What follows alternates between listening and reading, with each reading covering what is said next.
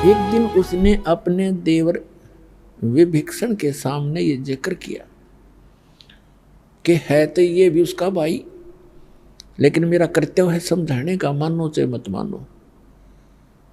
तो विभीषण को जब ये ज्ञान सुनाया तो कहने लगा, मंदोदरी आप ये ज्ञान कहां से लाए, और यदि मेरे भाई ने सुन लिया तो तेरे को ज्यादा पिटाई कर देगा तेरी। मंदोदरी कहने लगी, मैंने तेरे भाई से बता दिया, सारा कुछ सुनाने की चेष्टा की, पर वो मान्या कती नहीं। पिटाई तो नहीं की, लेकिन वचन ऐसे कह दिए कि आगे से मेरे का सामने जिक्र भी नहीं करेगी। तो विभीषण कहने लगा कि आपको कहां से ज्ञान प्राप्त हुआ कि मैंने गुरु बना लिए। और एक महापुरुष आते हैं चंद्र विजय भाट के घर पे, मैं वहां दीक्षा लेकर आई हूं। विभीषण कहने लगा, इतना उत्तम ज्ञान और आपने मुझे पीछे क्यों छोड़ दिया, मुझे भी दीक्षा दिला दो। तो विभीषण ने भी परमेश्वर मुनिंदर जी से दीक्षा ग्रहण की। अपने आत्माओं कुछ समय के उपरांत श्री रामचंद्र जी वनवास काट रहे थे और साथ में उनकी पत्नी धर्मपत्नी सीता जी। तो रावण ने सीता का अपहरण कर लिया, अपने नौलखे बाग में उसको बंदी बना दिया, कैद कर लिया और उसको तरह तरह की यातनाएं दी और अपनी पत्नी बनाने की भी कुचेष्टा की, लेकिन वो सती परमात्मा की शक्ति कुछ उसके साथ थी। रावण सफल नहीं हुआ।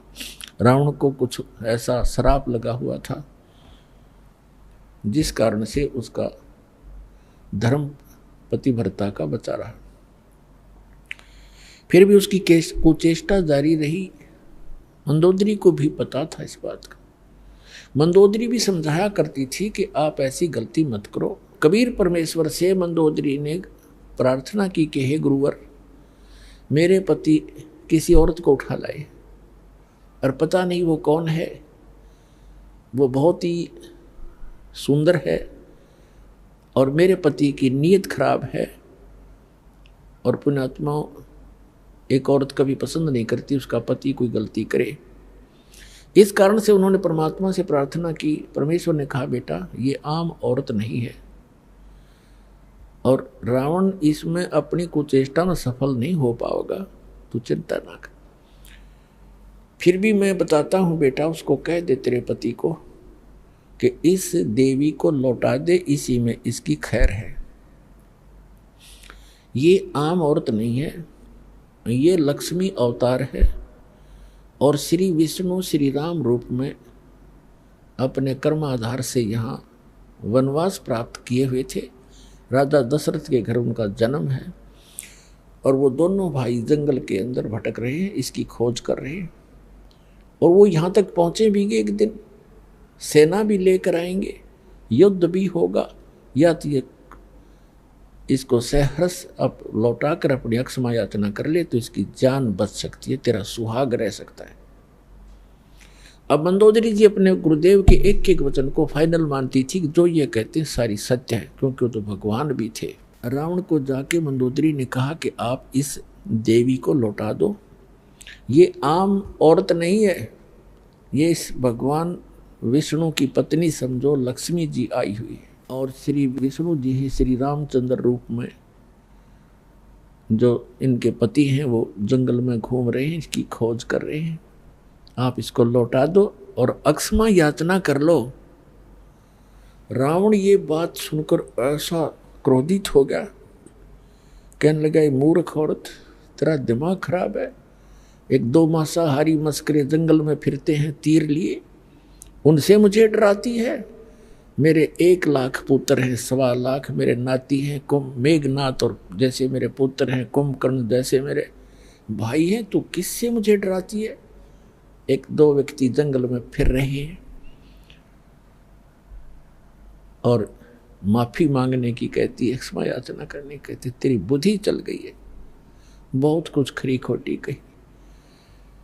अब मंदोदरी को अपने गुरुदेव की बात पर फाइनल विश्वास था, अटल विश्वास था कि न जो बोला सही है। तब परमात्मा से उन्होंने फिर स्वयं प्रयत्न किया। उधर से सीता जी की खोज करते करते हनुमान जी ने वो सुराग लगा ही लिया था कि रावण के बाग में, नौलखा बाग में वो बैठी है, कैद हैं। फिर वो तैयारी हो रही थी उधर से सेना की। रावण के पास भी संदेश से आ चुके थे कि आप ये लौटा दो। जैसे अंगद जैसे दूत बनकर भी आ लिए थे और इसने अपनी सारा कुछ कर लिया था। अंगद का पैर भी नहीं हिला था उससे, उसके महाबलियों से। फिर भी बुद्धि काम ना करे थी, क्योंकि रावण इतना तगड़ा बताया है सूक्ष्म वेद में परमात्मा ने कि एक समय में 100 मटके तो दारू के पिया करता, शराब के, और 100 जोटियां का मांस खाया करता। वो तेरा जो और ब्राह्मण था, एक भैंसे का मांस खाने लगे जैसे खाते होंगे जितने, मेरे ख्याल में 100 आदमी नहीं खा सकते वर्तमान के। और उस समय 100 मटके दारू के, एक मटका भी बड़े होंगे उनके उस समय के, तो अभी 15-20 लीटर का तो एक घड़ा होता ही होता है। 100 मटके दारू के एक बार पिया करता और 100 जोटियां का मांस, भैंसों का मांस खाता था। इतना तगड़ा बलशाली। सतयुग में 100 फुट की हाइट होती थी मानव की, मनुष्य की, और त्रेता में 80-70 फुट की हाइट होती थी। ये सैड का बिचला सिरा 45 फुट है, हिसाब लगा लो कितना ऊंचा दिखा आपने। इसे 25 फुट और ऊपर जाइए, इतने लंबे, और फिर चौड़ाई से पैरेलल होगी इसकी। तो बुद्धि भ्रष्टता खा पी कर, दारू शराब पी कर, खा कर मांस, राक्षस जैसी बुद्धि होगी। और सच्चाई पर विचार करना बंद कर दिया। तो उसकी पत्नी ने देखा, परमात्मा ने बताया है कि तेरा सुहाग उजड़ेगा या तो इसे न मना ले। तब एक दिन मंदोदरी ने भगवान से कहा, गुरुदेव आप कृपा करो, एक बार आप समझा दो मेरे पति देव को, और यदि वो आपकी बात नहीं मानेगा तो मैं उसने मराए मान लूंगी। आज से ही मैं अपने आप को विधवा समझ लूंगी अगर आपकी बात नहीं मानी उसने। परमात्मा, और आप नहीं जाओगे दाता तो मेरी आत्मा में तड़फ बनी रहेगी कि शायद गुरु जी कह देते तो मान जाते। अब उस समय, जिस समय ये उसको पता लग गया था रावण को कि सेना बाहर भी इकट्ठी हो रही है और कभी भी आपके साथ कोई गलत घटना घट सकती है, इसलिए वो गुप्त मीटिंग कर रहा था सभी अपने मंत्री महामंत्रियों के साथ, और सभी अपने पुत्र सभी रिश्तेदारों को इकट्ठा कर रखा था। गुप्त मीटिंग चल रही थी। परमात्मा वहां पहुंच गए एक साधु रूप में, और वहां गेट के ऊपर खड़ा था गेट कीपर, पहरेदार।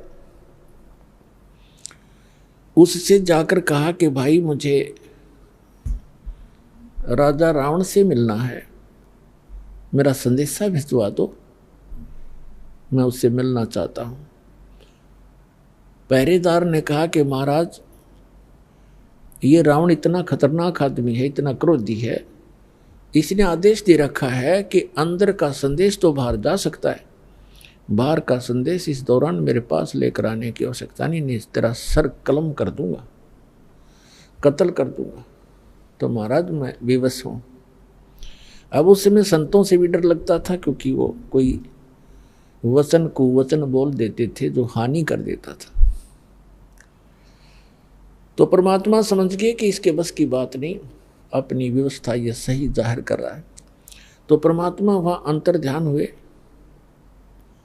और रावण के दरबार के अंदर प्रकट हो गए, जहां पर लाखों आदमी बैठे हों।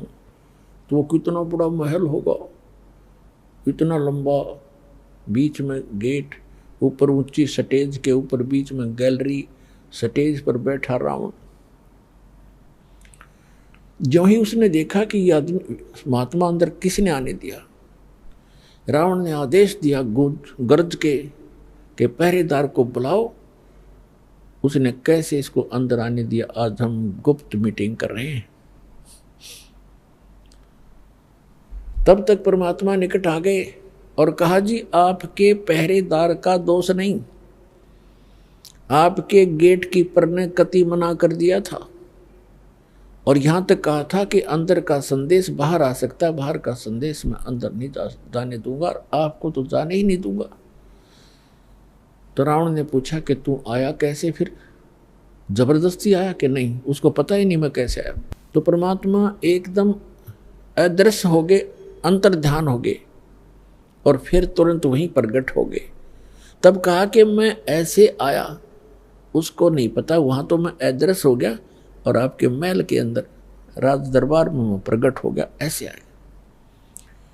तो रावण ने कहा कि बोल क्या काम आया तू, फिर तेरी खबर लूंगा, तू अंदर आ कैसे गया। परमात्मा ने कहा कि रावण, जिस देवी को तू उठाकर लाया है उसको वापस लौटा दे, तेरी इसी में खैर है, और अपनी अक्षमा याचना कर ले, तेरा कुल बच जाएगा, तेरी जान बच जाएगी। वो भगवान विष्णु के अवतार हैं और ये लक्ष्मी अवतार सीता है। रावण कहता है कि अपनी जुबान बंद कर ले और तू वापस चला जा। परमात्मा ने कहा कि तेरी विनाश काले विपरीता बुद्धि होगी है रावण, तेरा सर्वनाश निकट है, तो दुनिया के अंदर एक नंबर का दुष्ट प्रसिद्ध होगा। तो ऐसे कर्म मत कर, एक सूरवीर होकर अबला को हर लाया, तो जैसे धिक्कार है तेरे जैसे राजा को। परमात्मा तो परमात्मा थे, निडर थे, उसने 36 सुना दी उसके हित में। रावण को इतना क्रोध आया कि 2 कौड़ी का एक संत और लंका के राजा के इंसल्ट कर दी, निकाल के तलवार और वहीं से जंप लगाया, नीचे आया, स्टेज से कूद गया और गुस्से में तलवार निकाल के परमात्मा को कत्ल करना चाहा। परमेश्वर के पास एक झाड़ू की सींख थी, आपको देखी होगी झाड़ू की सींख कितनी पतली होती है। एक सींख, वो तिल्ली सींख लंबी सी, और उसको ऐसे कर दिया, हाथ में ले रखा था, ऐसे कर दिया। रावण ने गुस्से में उसके ऊपर ऐसे 70 कट्टे जैसे लोहे के पिलर का लगता हो उसकी तलवार, 70 बार वार किया और सींख को निशान भी नहीं हुआ। और 100 जोटे खाने वाला कितना पहलवान होगा, कितना तगड़ा, पसीने आगे भाई के कांपन लग गया और खड़ा हो गया तलवार लेकर, कहने लगा, अब उसने देख लिया ना मारे तो मरता, एक सींख का निशान हुआ तो उसका क्या बिगाड़ देगा। उसका समझ में नहीं आई कि भगवान है, न सोचा कोई सिद्धि होगी इसके पास। जाके ऊपर बैठ गया स्टेज पर मुंह लटका के और कहने लगा कि तेने जाना हो तो जा, ना तेरी बात मैं मानो नहीं। परमात्मा बोले, फिर मैं यहाँ के गड्ढूंगा तेरे पास, तेरे जैसे नालायक के पास, पर मेरे फिर आखिरी वचन सुन ले, तेरा नाश निकट है, तेरी बुद्धि भ्रष्ट हो चुकी है। तो ब्राह्मण हो कैसे जुल्म करता है। और परमात्मा, वो परमात्मा के सब बच्चे हैं, सबको कहना सुनना उसका कर्तव्य बनता है। ये कहकर वहाँ से अंतर ध्यान हो गए। अब परमात्मा ने जाकर के वहाँ चंद्र विजय के घर पे बता दिया कि कह देना मंदोदरी को कि मैंने उससे कहा था, लेकिन वो बिल्कुल नहीं माना। मंदोदरी वहीं आ गई कुदरती, क्योंकि बुला लाई जाकर के वो कर्मवती चंद्र विजय भाट की पत्नी, और कहा परमात्मा ठीक है, आपकी बात उसने नहीं मानी तो मेरा आज से वो मन मृत्यु मान ली उसकी। परमात्मा बोले, बेटी मैंने अपना जो आपने कहा मैंने वो कर दिया, पर वो नहीं माना। अब उस समय विभीषण भी वहां विराजमान था और दीक्षित था। उसने घर आकर बताया कि अपनी भाभी जी को बताया, मंदोदरी को, कि मंदोदरी आज तो मेरे भाई ने परमात्मा का कत्ल कर दिया होता, पर परमात्मा ने ऐसी लीला करी कि एक सीख ले रखी थी झाड़ू की और ऐसे करती, और उसने 70 वार उसको बहुत जबरदस्त ताकत से 70 वार किए, टस से मस नहीं हुई और मान्या फिर भी नहीं।